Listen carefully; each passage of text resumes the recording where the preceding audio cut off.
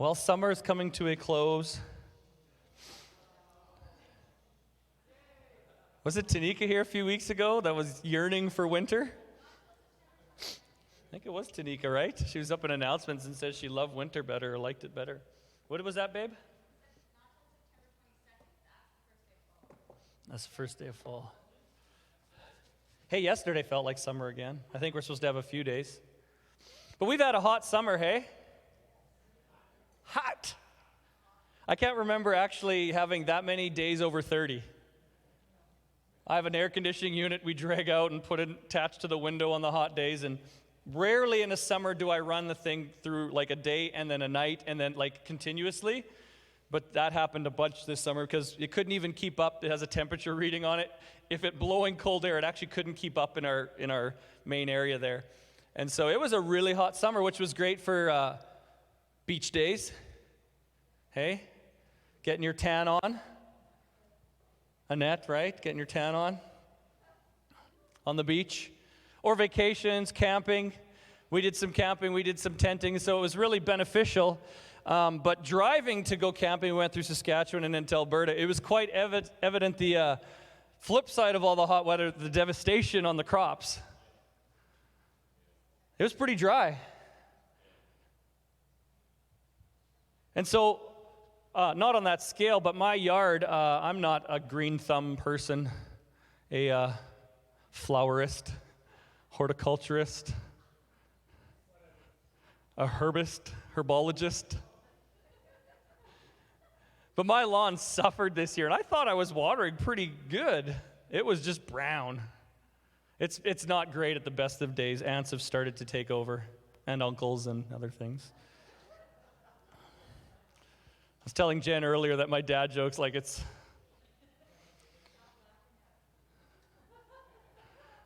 Yeah, my wife said, if you stop laughing, I won't keep doing them, but that's not true. I probably still will. But the yard was pretty bad, but weirdly enough, we had some shrubs and some trees. I don't even know what to call them. We have a couple bushes in front of our yard. It came with the house. And they're on the front corners, and often, there's been years I thought they were going to die. Like, they just weren't doing anything. This year, our address is on the front right when you're looking at our house, and these one bush grew so much that I've had to trim it back like 4 to 5 times because it was covering our address, and it's just positively booming. And a lilac bush, is that what it is? That thing, I couldn't even mow around it, so I had to trim that. And then our crabapple tree, it's dropping all the apples now, but it was just going for it. And so I had to spend a day pruning and cutting back branches. And so I filled up the garbage, and I had some extra ones, so I stuck them behind the shed, some of the extra branches to throw out later. And, maybe it was the next day out with my kids and doing some stuff, and I looked over, and I was like, oh, yeah, there's the branches. I got to get rid of them. And they were full of leaves and apples and just flowering still. And the next day I was doing some more yard work, and I looked over, and I'm like, oh, yeah, I got to get rid of them. They're still there, and when the garbage gets dumped, I got to remember to do that. But a week and a half later, I was mowing again, and I went by, and I was like, oh, yeah, I got to get rid of them. But those don't look as good as they did a week and a half ago. Their leaves are starting to get brown. The crab apples were starting to get a little bit gross and starting to look a little bit drier. And a thought dropped in my head that's kind of sparked this message is there's really not many things that can do very well when removed from their source. When pulled away from their source, so many things don't do well. For instance, if a source for your income is a job that you have, and when you do your job, you get some income, and that's a source that provides it. If you stop going to your job, you lose that source of income, right? So that's a source in that context. Obviously, as Jesus followers, if you're a Jesus follower here, if you call yourself a Christian, one of our main sources of life, of living life, of doing things in life is, of course, a relationship with God. And so if you think of context, though, anything pulled away from a source doesn't do very well. And even further than that, Things done in isolation, trying to pull yourself away by yourself, don't usually work out that well. Don't usually produce like you probably want them to do. And so some of these thoughts were in my mind. It's amazing how my mind works. Is like I'm always like, God, show me something, and I journal and I write stuff down. So this just dropped in, and while I was looking at that was happening. And I kind of went, I'm sure, and I know there's times in my life and probably your life where we try to make decisions in isolation. Sorry, there's a metronome going behind me, and if I don't figure out how to shut it off, it's going to drive me crazy. Wait. Is it this one, Matt? Where's your speaker?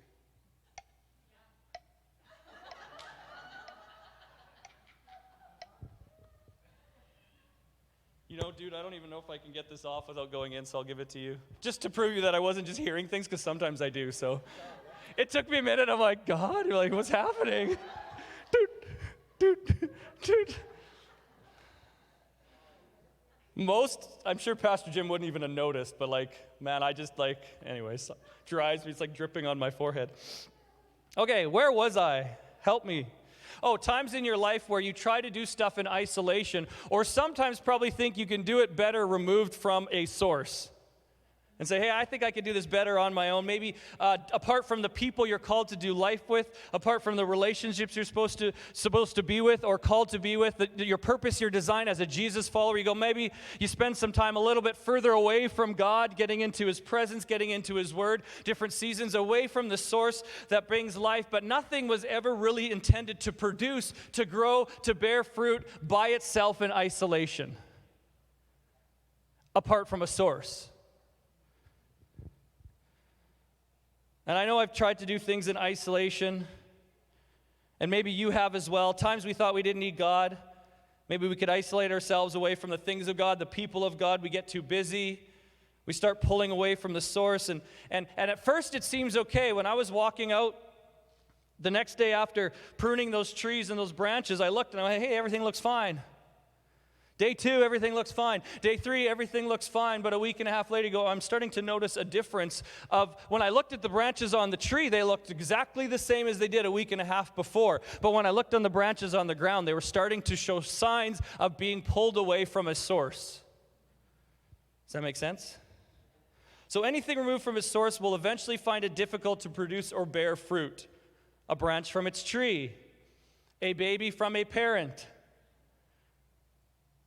When you're a baby, when you have a baby, you are their source. Feed it, clothe it, change it, help it, hold it, take care of it. You're the source. And if you remove a baby from its source, what happens? Doesn't produce very well, doesn't do very well. A bee from its hive, a person from its creator or their creator, a sinner from its savior. How about this? A Christian from its community.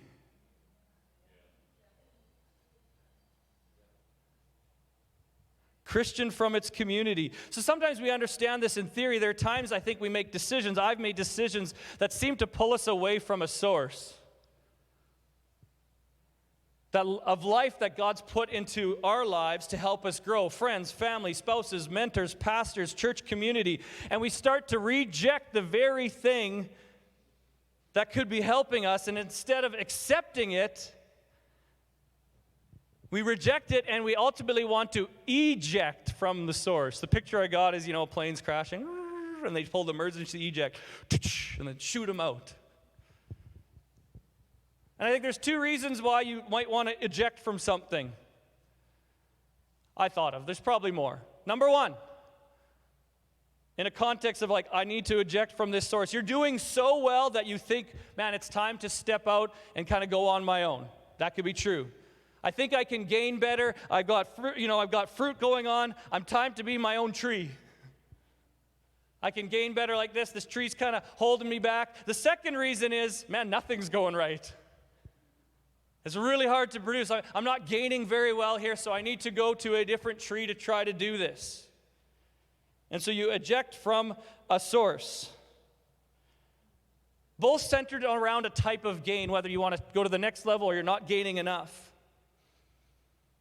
And in these moments, it can feel really real and authentic for 2 to 3 years. I don't know if I've shared specifically, maybe sometime I will. But as I'm standing here, you sometimes see a pastor come up and stand here and you think, oh, they never go through anything, right? It's all just peachy keen. But for 2 to 3 years, there was a struggle to remain connected to my calling, my purpose. I wasn't struggling with God and living for Him. I was contending with my source. Now, I want to say this. Ultimately, as a Jesus follower, your source is Jesus. But Jesus has put things in our lives, people in our lives to connect with that help us represent Jesus, help us live for Jesus, so church, community, different things like that. So He has a plan and purpose that walks out. So by doing so, by being willing to say, hey, God, what's your plan for my life? Hey, I want to hang around the people that God's put in my life. You are connecting to the source. Jesus created the church to help us with this. So when I say if I'm talking about a source, remember it ultimately ends up in Jesus. I wanted to say that. But here's what can happen during these eject moments. I've been there for 2 to 3 years, almost every second day. Now, maybe not that bad. Every week, I was like, where's that? I don't know if I can make it. I want to eject. I want to get out of here. Help, this, But in these moments, we often forget that the best way to fulfillment or fruit, the best way to success, stability, God's purpose, is not how well we can set up our lives to gain, but how well we can set up our lives to remain. I want to say that again.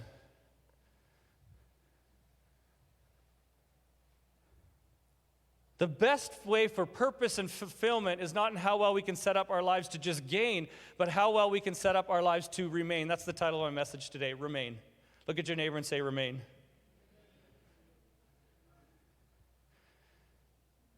John, the disciple of Jesus, he was known as a guy who Jesus loved a lot. He quoted himself saying that. Jesus loves me. One of the closest three to Jesus was writing down Jesus' words, who kind of addressed this idea very clearly of what it means to remain, and it's very applicable today into what I'm talking about. But he said this in John 15:5 in the Good News Translation. He said this, I am the vine, and you are the branches.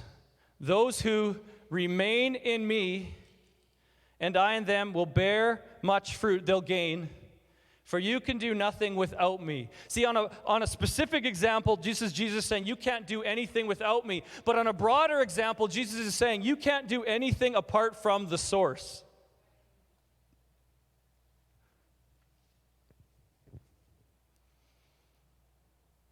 And some people may look to different sources, like it may be success, maybe the thing that you strive after, that you look to. It may be money, it may be possessions. Maybe your kids is your source of life, and that's where you get everything. And so you can look to different things as your source. But today I brought a couple things to demonstrate what I'm talking about.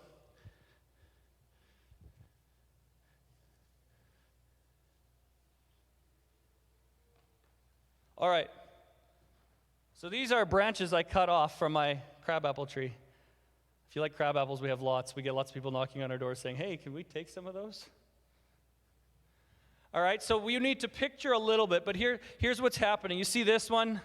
You can kind of zoom in. I don't know if I'm doing this right, Cheyenne, but I told her she could zoom in a little bit. See, this one here is a little dried up. The leaves are getting a little brown and starting to pull together and things like that. But this one here is slightly, the leaves are still pretty fresh. The apples on here are looking pretty well still. There's still life in the tree. If you look here on where it's cut, you probably can't see that, but it's still got color to it, whereas this one's dry. And the only difference between these both come from the exact same apple tree. Exact same one. The only difference between this one and this one is this one was cut down last night, and this one was cut down a week and a half ago. Removed from its source. So this one is symbolic of being connected to the tree or connected to the vine. The only difference is in these is one rejected and ejected, and the other one accepted and remained. So the only difference between thriving and surviving is to remain. Look at your neighbor and say, remain.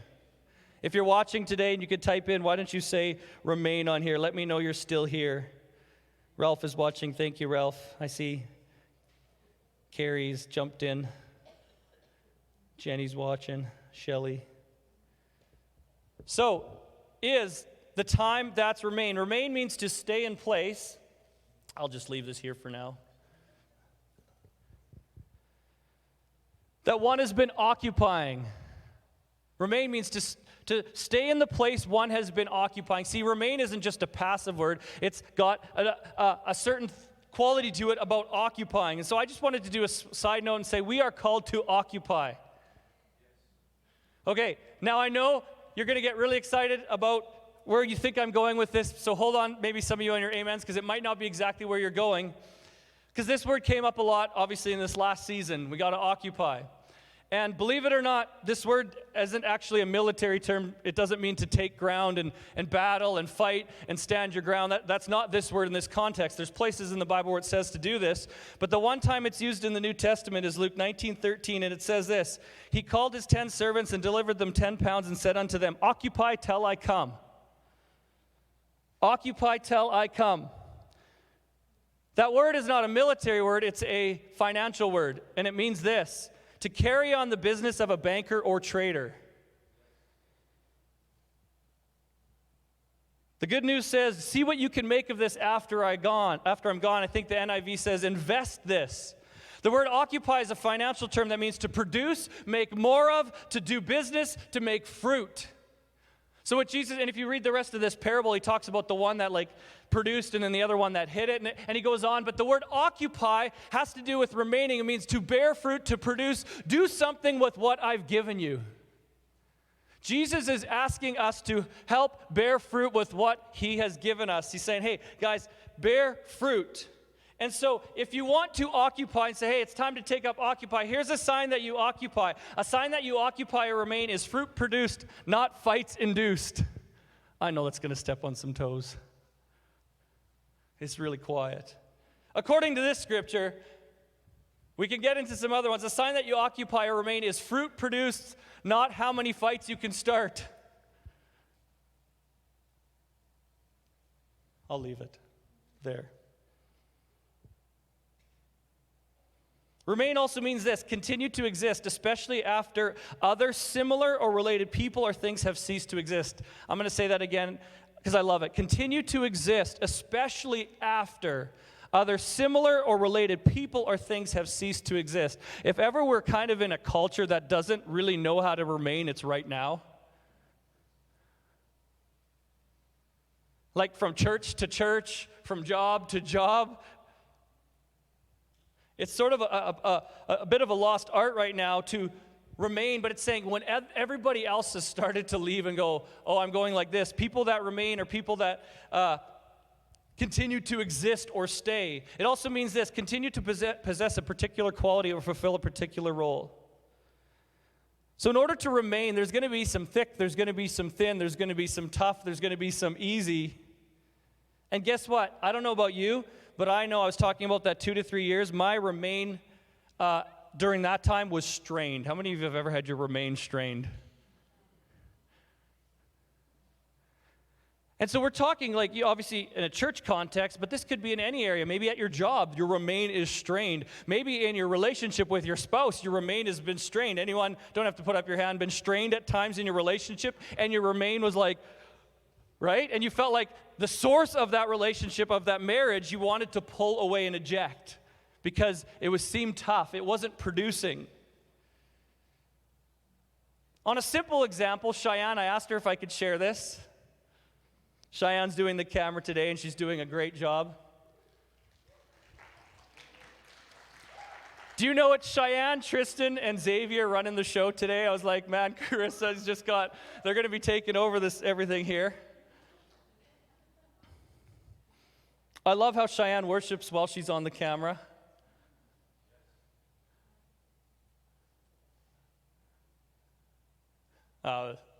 Should I step on toes?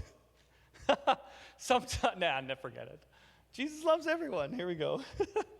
But I love how she worships on camera. If you guys want to be encouraged, now the pressure's on her. If she has a bad day, she's going to be like, oh, I'm right here where everyone can see me. kind of look up there, because it's really hard. I know what it is like to serve, and it's hard to get in sometimes. So when someone actually is getting in while they're doing it, Alana does it really well too. But Cheyenne had to deal with this idea of straining the romaine. And it was in a short time period, but I thought it is relevant. She was hired to work at the Scoop, the ice cream shop that we have out there. And it was for an 8-week period, and about 4 weeks in, there was some tension around working dynamics and trying to figure some of that stuff out. And so she felt like through it, some of this, the solution was to give a 2-week notice and say, I can't work here anymore. And she wanted to eject, right? And so, of course, I found out, and so then I talked to my wife, and she met with her, and they talked it through and worked through it and found out what was going on. I talked to the other people involved, and we worked it out, and we communicated, and we got through it. And about a week ago, she was working in there, and I said to her, kind of like something along the lines, you enjoying yourself? She said, yeah. I said, are you glad you stayed? And you said, yeah, right? Please don't say no. I think that's what you said.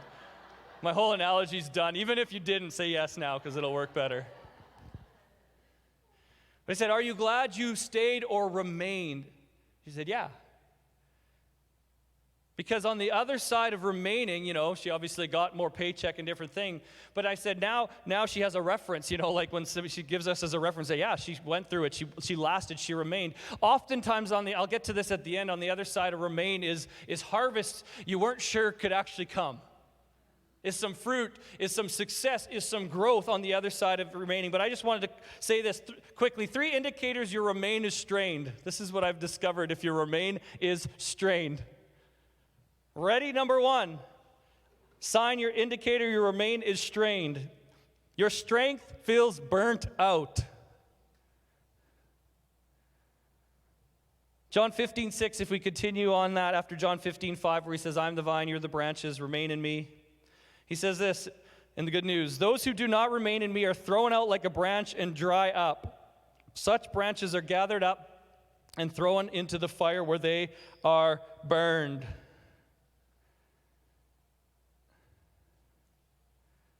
Where they are burned. We were doing a fire last night because it was such a beautiful night. We have a little fire pit. And I discovered something which I've known, but it's always frustrating, that wet wood does not burn as easily as dry wood. You're like, well, that's Captain. Yes, thank you. It's profound, hey? Wow. We can all leave after that statement. There's no other shoes after that. That's as good as it gets. But we had some water, and so there had been some wood that was wet, and it wasn't burning. Well, the dry wood was burning right away, and it made me think of that this morning as I was going through it, that the drier you are, the easier you burn out.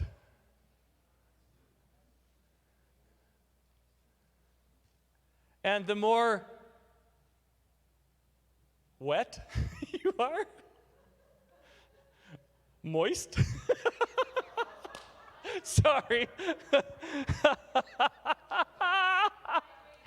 Hydrated. Thank you, babe. Saved me there. Too late, but saved me anyways. Hydrated you are, the longer it takes for you to burn out. But watch. This is all this morning as I was going over, this was kind of coming. The longer you stay attached to the source, the more hydrated you are. The more you've been removed from the source, the more dry you get. And, watch, what would strain, watch, a dry source, when you've been removed, when you put strain on it, it breaks.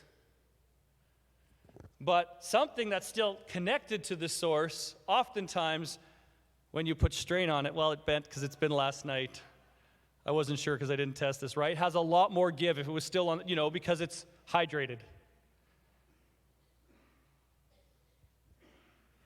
So, if you're feeling burnt out, check where your connection to your source has been.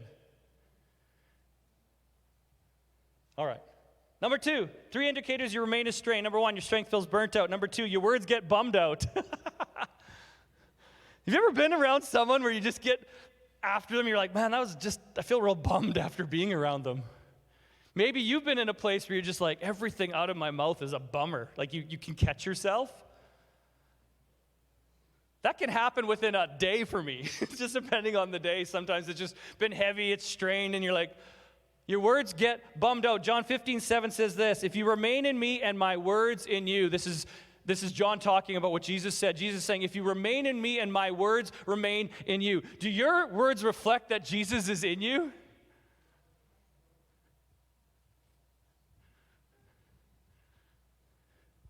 Mine don't always. My wife's for sure don't know. I'm just kidding. I'm just kidding. That was one of those ones that was not representing Jesus. I should have, that was a strained response. That was a bummed out one. But do your words reflect that Jesus' words are in you, that he's in you? Or do they get a little bummed out? What comes out of your mouth can let us know how well you are remaining. How well I'm remaining. Are they saying the same things Jesus is saying? Are you saying positive, faith-filled things about your situation? All right, moving along. 3 indicators you remain estranged. Number 1, your strength feels burnt out. Number 2, your words get bummed out. Number 3, your fruit looks bruised out.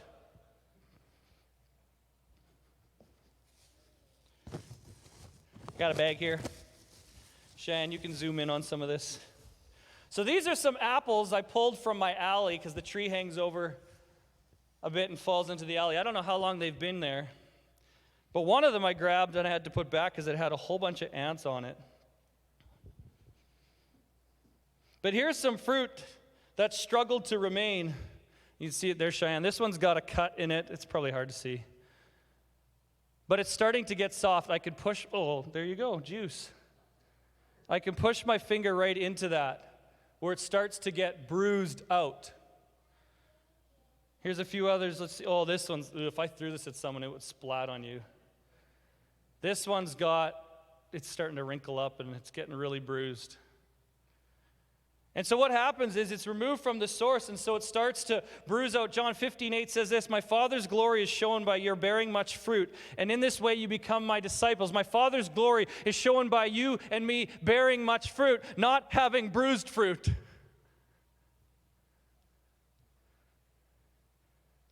There's not much glory in this apple. My kids wouldn't touch it with a 10-foot pole. Any bruise, right? You can just cut that away. No. But maybe it's becoming increasingly harder for you to get motivated to do things, go to church, come to groups, to serve, to do the things you're called to do, and instead of bearing fruit, you end up bruising fruit. I just want to quickly say this, kind of a side note. It says this in John 15:8, my Father's glory is shown by your bearing much fruit. My Father's what? Is shown, is represented, is out by us doing what? Coming to church and worshiping? That's good. Coming to an us group? That's good, because all of that helps us connect to the source to do this properly. But it says ultimately, Jesus is saying that my Father's glory is shown by us doing what? Bearing much fruit. See, we sang about it, we talked about it, pushing back the darkness. Arise, shine, for his light has come, and the glory of the Lord is risen. Guess how that glory starts getting shone in this world? Bearing fruit. He says, this is how you know that we're his disciples. That's how you become disciples. So I think the greater we bear fruit, the grander God gets the glory. You've heard it said, I've heard it said, like in different ways, in different types, the idea that, we're sometimes okay with the idea of God, but the people that follow God are just really not the greatest people, and, we don't know why we'd want to do that. Or the analogy I was talking with Scott the other day, or we were at a restaurant and saying how people who used to work in the restaurant as waiters and waitresses used to hate Sundays afternoons. Because the people were the grumpiest and most demanding and tipped the least. What is wrong with that picture? That's not bearing fruit. God's not getting glory through that. So, John 15:9, as we continue on. How's everyone doing? You're just listening. Bob said good. Everyone else, I don't know, falling asleep. John 15:9, I love you just as the Father loves me. Remain in my love. This is Jesus talking. Remain in my love. Remain, and I had to think about this as I was pondering this. Remain does mean stay the same, but it does not mean never change. These are important distinguishing things. You're like, oh, I'm just saying it. No. Remain does mean stay the same. It does not mean never change. Hebrews 13:8 says, Jesus is the same yesterday, today, and forever. But Isaiah 43:19 says, behold, this is a prophet talking, saying what God is saying to him, behold, I am doing a new thing. Can you not see it? Mark 2:22, quoting Jesus, he says, no one puts new wine into an old wineskin. We've heard that. I'm wearing new clothes today. I got lots of compliments on my new clothes, which makes me think what I was wearing before was not very good.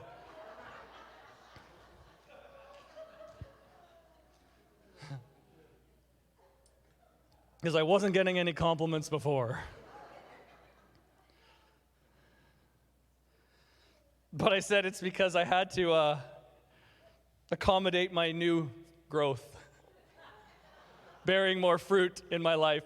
And I had no clothes to accommodate that. So now I have a bigger range to fit all sorts of growth.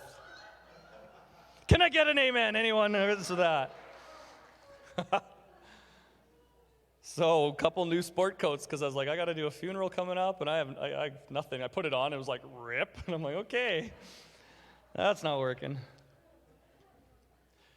So I'm wearing new clothes today. In order to wear new clothes, I have to be willing to change out of my old clothes. So in order to do something new, you have to be willing to change, but it's the same Derek inside of these clothes.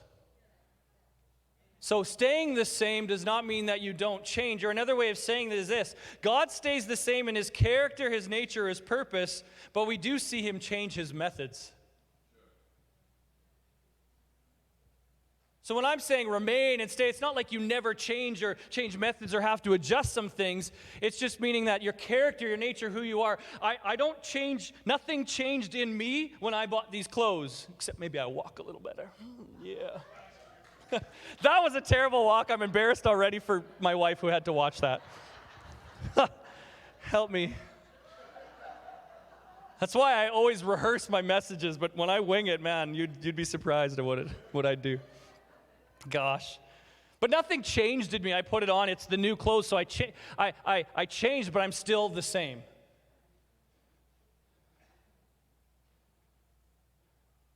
So you can remain and still change. If you're not changing, you're not growing, you're not doing anything new. The way I kind of put it here that I thought might help, because of my play on words helps me remember stuff. Changing vines, remember it said at the beginning, I'm the vine, you are the branches. Changing vines is a big change, kind of like purpose, calling, kind of character or nature. If you're going to change vines, that's a big deal. But changing veins is changing just the way you do something within the vine. Vine is maybe this: place where and people with God has called you to connect. A vine is the place where city, location, jobs, or people with God has called you to connect. If you've been called to a specific place and you want to kind of eject, we'll get into that, but that's changing vines. Changing veins might be this: the way God has called you to connect there and with. See, we can remain in the same vine while changing to a different vein. And a common mistake I've made, or I've thought, or maybe you've made, is you don't like where things are at. I haven't liked where things are at. I said I contended it for 2 to 3 years, and I don't know what it was that made me not pull, but I'm so glad I didn't. I wouldn't be standing here today, obviously, and God's forever redemptive. And I need to say this, I don't know where I put it in my notes. Oh, it's coming up. I'll go off my notes.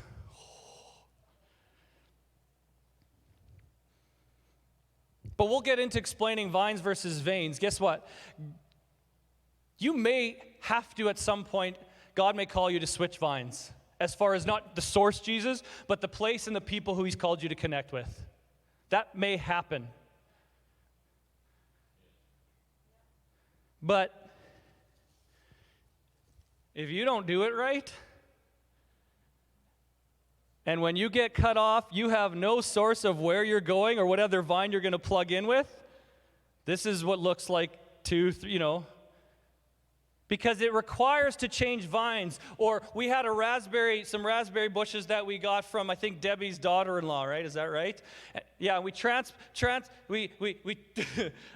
transplanted them into our garden. They did okay this year, but we had that early frost. We put it in and like 2 days later, so we had some struggles. But listen, I don't know a lot. Like I said, I don't have a green thumb for knowing all this, but I know this. If you're going to transplant a plant or replant something, you got to know the conditions are right. You got to know that's the right moisture, it's the right sun for it, it's the right nutrients in the soil, because it's a highly volatile time when you're taking it from one vine to another, when you're taking it from one location to another. And so if God's calling you to do this, to possibly go to another vine or do something else, it needs to be a careful transplant, not a careless transfer. Come on, someone say he's preaching now. Thanks, God. Is anyone saying anything on Facebook? Lorna said coming to prayer. I think she's a little late. It was Friday. No, I don't know. I probably said something. She's in another time zone, that's why. Hi, Lorna. Thank you for watching. But it needs a careful transplant, because if the conditions are right, you can go and plant in and succeed. But if they're wrong and you just end up laying on the ground for a while, you're going to have trouble bearing fruit. So the common mistake is not liking where something is in your life, and instead of changing veins, methods, routines, steps, in order to become more productive, we think we must change vines. And then we wonder why fruits stop producing. Now, I need to say this because I'm about to give some examples. Listen, if you're in something, because this can be any area of your life. This could be relationships that you're in that you're thinking of, you're wanting to eject. This could be a job that you're wanting to eject yourself out of. Listen, remaining is the way to produce fruit, but I do want to say this. If you're in an abusive relationship, talk to someone, get some help. This is in no way saying you should stay in that relationship. If you're in a harmful situation, this is not those are the exceptions, and there are some. Even in churches, I'll admit it as a pastor, where there are harmful situations, you want to eject, you can do that, okay? So I'm not talking about those. So if you're in that situation, maybe you're working through it, maybe you're talking to us already, or you're thinking about talking to someone, talk to them if it's abusive, and then probably, barring some miracle or someone switching really quickly, you probably do want to eject from there. You don't want to remain, because if the place you're remaining isn't causing you to produce, anyways, you get what I'm saying, right? I have to say that because I don't want someone to mishear me. But besides those exceptions that happen but are hopefully more rare, the way you produce is to remain. So here's an example of vine versus vein. It's bad Xavier didn't switch over to the preach background, so I don't know how long I've been. So I'm going to go forever. No, I won't. But here's one. Your marriage, you're struggling. It's not producing. I got to get a divorce. It's not bearing fruit. I got to get a divorce. That's a different vine. Marriage not producing. Go for counseling. Make a date night. Put a routine in where you can communicate with each other. Get some help. That's a different vein. Having questions in your walk with God. Struggling with some things. Maybe you've been hurt, or you did some of that stuff in your walk with God and in church and all that, and so you decide to become an atheist. That's a different vine. Having questions in your walk with God. Read an apologetics book. Talk to someone who's a different denomination. Dig into some of that. Do some research. Looking into some of that. Talk to a Christian outside your denomination. Different vein. How about trouble at your job? Moving your family to another country for a job opportunity. Different vine. Trouble at your job. Apply for a new position or get another job in the same city. Different vein. Does that make sense? Thank you, babe. So I said, it's not that God will never get you to switch vines, and He does. But it'll be done in God's timing and a careful transplant. All right, continuing on. John 15:9. I love you. I'll just end it there. I love you. Just as the Father loves me. That's a great statement. I never read it like that. But that's Jesus talking, but we're supposed to be like Jesus. So I love you just as God loves me. What a great way to say that. So then he says this, remain in my love. The Greek word remain is meno, M-E-N-O, and it means to remain in reference to a place, in reference to a time, in reference to a state or condition. So no matter the place, no matter the time, no matter what condition we're in, the best place to be is in Jesus' love.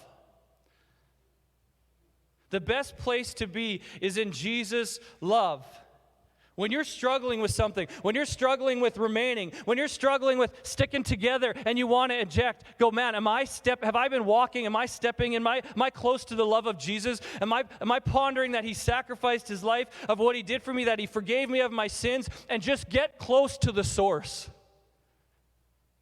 to get some hydration, to get some moistness. Just seeing if you're awake again. Because this is what I've learned, and you've probably discovered as well. When he says, remain in my love. When you're in places and around people that you feel loved, you usually want to remain. If your relationship with your spouse, you both feel loved, there's no reason to. And so if you can learn how to live in Jesus' love, where you always feel loved no matter what someone said, no matter how much your wife or husband ticked you off, no matter how much your boss is doing this at work, no matter how much it's not going, if you learn to live loved because of Jesus and what he did and who he is in your life, guess what? It's a lot easier to remain and not eject.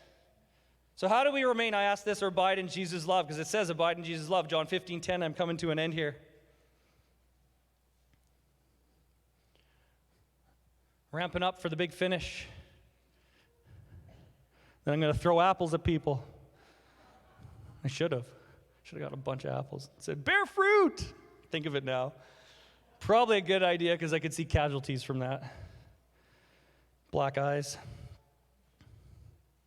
John 15:10, as we continue, if you obey my commands, oh man. If you're watching today, type in obey his commands. Look at your neighbor and say, obey Jesus' commands. So he says, remain in my love. If you obey my commands, he answers the question of how we do that. You will remain in my love. That's pretty simple. Sometimes we make it hard, but if you obey my commands, nobody likes the word commands. Who likes the word commands? Maybe if you're in the army. We don't want commands. We want options and choices. If you obey my commands, you will remain in my love, just as I obeyed my Father's commands and remain in his love. So we remain in the vine when we follow Jesus' commands. Okay, that's cool. I get it, Pastor Derek. What does that mean? Okay, because we're walking through how to bear fruit. What are Jesus' commands? Yeah, it's probably up there already, right? Maybe not. Oh, it's not. Good. Carrie gets the gold star, of course. Okay, I know there was 10 commandments in the Old Testament. And then I've said this, they turned it into 613 Levitical laws because everyone tried to find loopholes between the 10 commandments. So they had to try to make a rule for everything. And then Jesus summed it up in two major ones. But in this context, Jesus says this, if you obey my commands, just as I obeyed my Father and remain in his love. So what are his commands? John 15:11-12, watch what Jesus says. I have told you this so that my joy may be in you and that your joy may be complete. I mean, I can't even have time to talk about joy being in you, but this is what he says causes joy in you. But this is it. Ready? Mark it down. Remember this. My commandment is this. Love one. Is it up there? Love one. Say it with me. Another. Let's do it again. Love one another. Say what now? Love one another. That's it. Just as I love you. So he's talked about bearing fruit, abiding in the vine, remaining. How do you remain? Well, you obey Jesus' commands. Well, what do? Well, you love one another. How do you love one another? Just as Jesus is of us. And then he tells us how to love one another. But we remain in the vine by loving one another. Not in any old way, that the way we know Jesus loved us. And so the ultimate goal of this command, I believe, I wrote it this way, are to help us to know how to live loved, not to just help us know how to love living. That one will hit you tomorrow when you're in the bathroom or something. Oh, I get it. God's commands are to help us to know how to live loved, not to help us know how to just love living. Because if we know how to live loved, then the rest becomes a little bit easier. So what does this love look like? Music team, come on up. John just answers all of this for us. Remember, I started off by this saying remain. This was the main thing, remain. Says this, the greatest love you can have for your friends is this. This is how you love someone else, is to give your life for them. I don't like that verse. This is hard. And Jesus ramps it up in some parables when he says, not only your friends, but your enemies. And Jesus ultimately paid the price. I think this is symbolic as much as literal. So, no, don't do, what is it, Bruno Mars? I would take a bullet for you. I mean, it doesn't have to be that literal.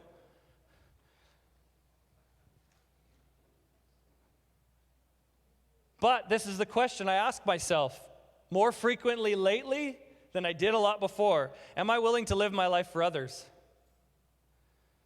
Or this question, how about this? Imagine if we could do this. Imagine if I could do this all the time.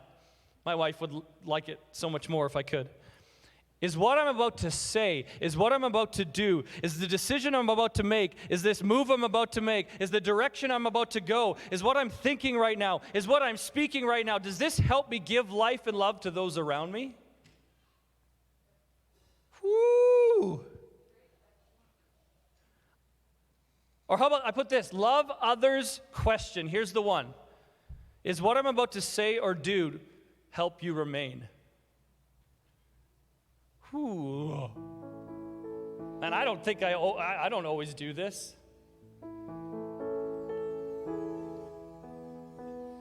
The reason why I'm preaching this today, and we're going to go into a song from ministry time here. Kind of sang a bit of it there at the beginning or in the middle before I preached.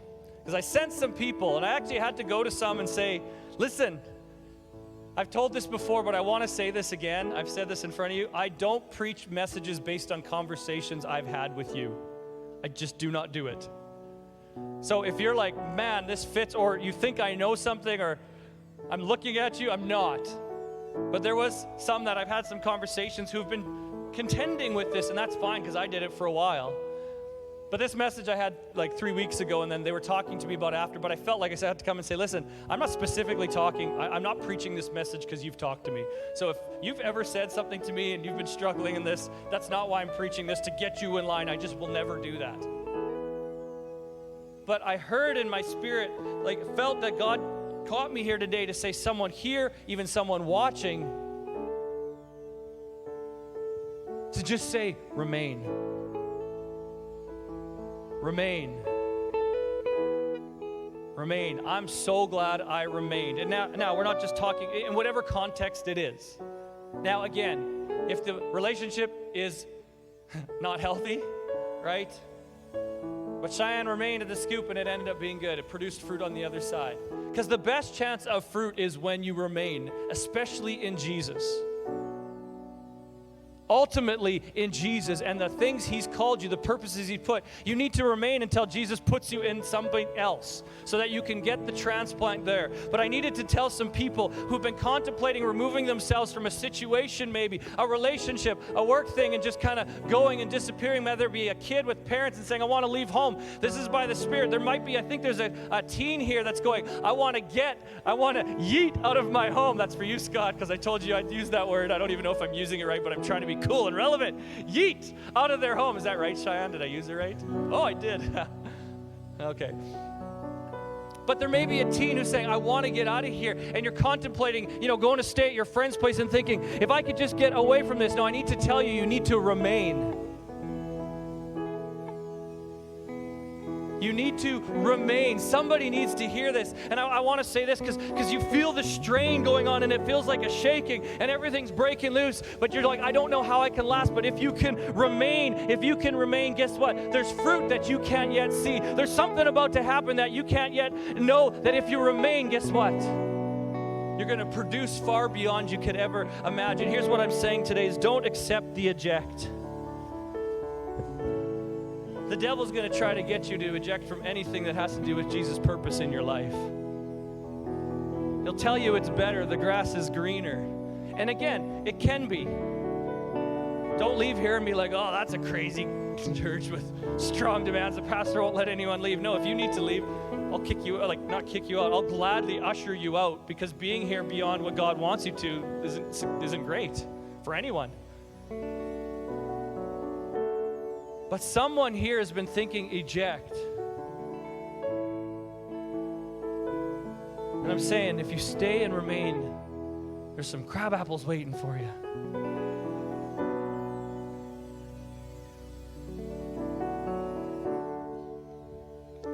Just closing off with this story. You may be familiar with it, but who here has heard of Chuck Yeager?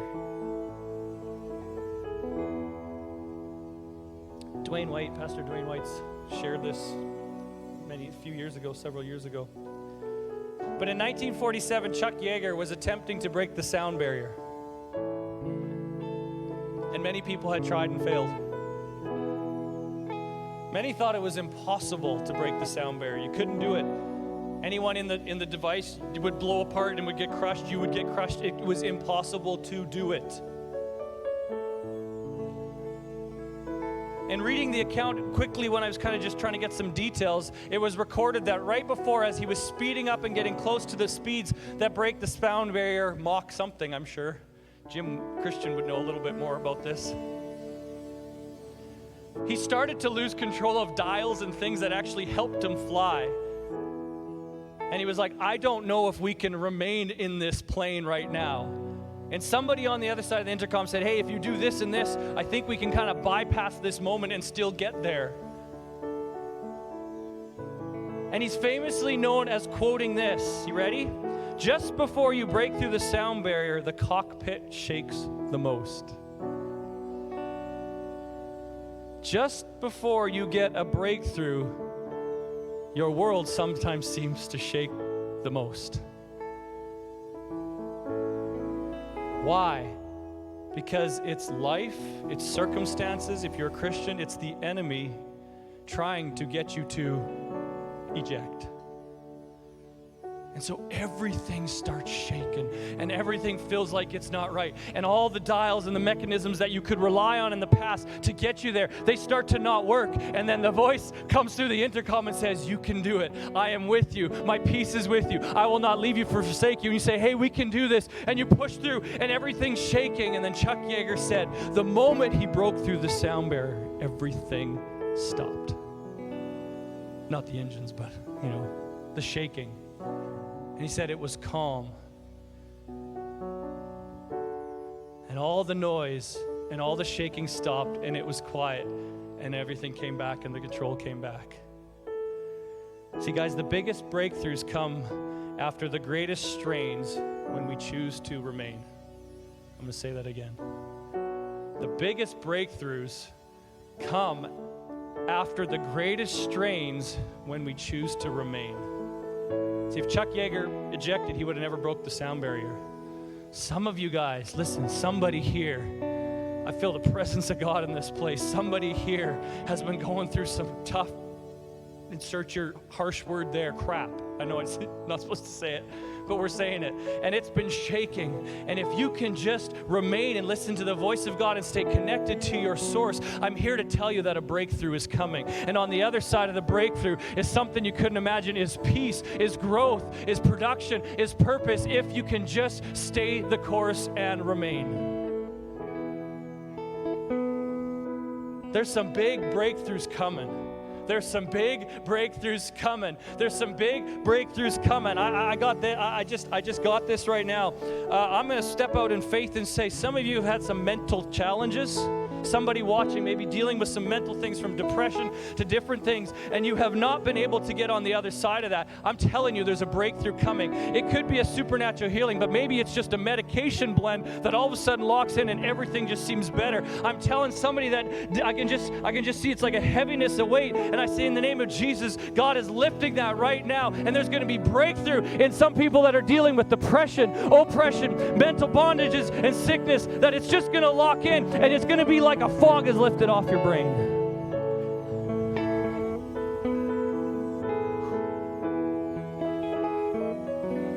The biggest breakthroughs happen after the greatest battles. I'm here to encourage somebody today, somebody watching today, somebody in this place today, somebody watching 2 months from now. I'm here to encourage you, to tell you your dream is not done if you choose, if you can remain. That miracle is not gone if you can remain. The finances have not passed you by if you remain. The relationship might not be over if you remain. The promises have not been forgotten if you remain. Things may be shaking. Everything may feel like it's falling apart, but I'm here to say that if you remain, you're going to see some barriers broken.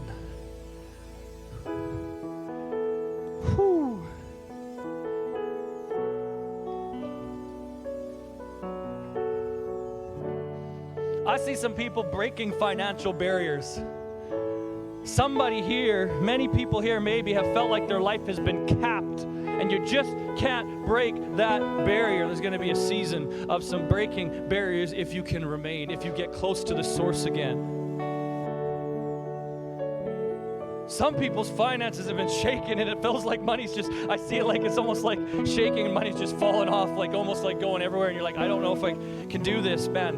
There's some breaking barriers about to happen where everything kind of comes peaceful and productive, and fruit is about to be coming into your life in the term of finances.